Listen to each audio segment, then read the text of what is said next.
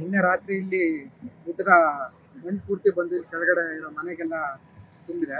ನಾವು ಒಂದ್ ತಿಂಗಳಿಂದ ಹೇಳಿತ್ತಿಲ್ಲಿ ಇಲ್ಲಿ ಅಗಿಬೇಡಿ, ಇಲ್ಲಿ ಗುಡ್ಡ ಹಿಂಗೆ ಸ್ವಲ್ಪ ಸ್ಲೋಪ್ ಇದೆ. ನೀವು ಈಗ ಜನಗೆಲ್ಲ ಈಗ ನೋಡ್ತಾ ಇರ್ತೀವಿ ನ್ಯೂಸಲ್ಲೆಲ್ಲ, ವಯನಾಡು ಅದು ಇದು ಅಂತೆಲ್ಲ ನೋಡ್ತಾ ಇದ್ದೀವಿ. ಅಷ್ಟಾದ್ರೂ ಕೂಡ ಇಲ್ಲಿ ಈ ಮಳೆ ಬರುವಾಗಿಲ್ಲ ಆಗುದು. ಇದು ಇಂದಿರಾ ಗಾಂಧಿ ವಸತಿ ಶಾಲೆ ಅವ್ರದ್ದು ಇದು.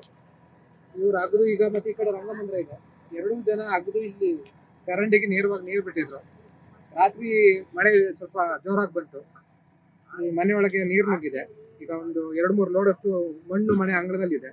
ಮನೆ ಬಿದ್ದೋಗಾಗಿದೆ. ಯಾವುದೇ ರೀತಿಯಂತಹ ಈಗ ತೆರವು, ಈಗ ಬೆಳಿಗ್ಗೆ ಆಗಿದ್ದೀವಿ, ಈಗ ತೆರವುಗೊಳಿಸ್ತಾ ಇದ್ದಾರೆ. ಇದೇ ತರ ರಾತ್ರಿ ಮಳೆ ಬಂದ್ರೆ ಮತ್ತೆ ಮನೆಯೊಳಗೆ ನೀರು ನುಗ್ಗುತ್ತೆ.